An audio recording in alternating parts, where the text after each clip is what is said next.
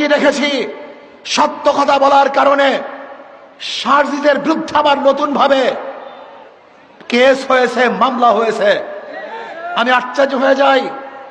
বিএনপির প্রতি আমার করুণা হয়, যাদের দ্বারা চক্ষুদান, আজকে তাদের কি তোমরা নিন্দা করতেছ, তাদের বিরুদ্ধে কেস দিয়েছ। আজকে তারেক জিয়া বাংলাদেশে ফেরার স্বপ্ন দেখতো না যদি সারজিদ না থাকতো। আজকে তোমার নেত্রীকে চিকিৎসা করার জন্য বিদেশে পাঠাতে পারত না যদি আজকে ওরা না থাকতো। আজকে খোলা আকাশের নিচে মাঠের মধ্যে রাজনীতি করতে পারত না। ওরা জীবনের মায়া ত্যাগ না করে ওরা আন্দোলন না করত। কিন্তু আজকে যাদের মাধ্যমে নেত্রীকে চিকিৎসার জন্য বিদেশে পাঠিয়েছ, তোমার নেতাকে বাংলাদেশে আনার ব্যবস্থা করতেছ, আজকে নির্বিঘ্নে রাজনীতি করার সুযোগ পেয়েছ।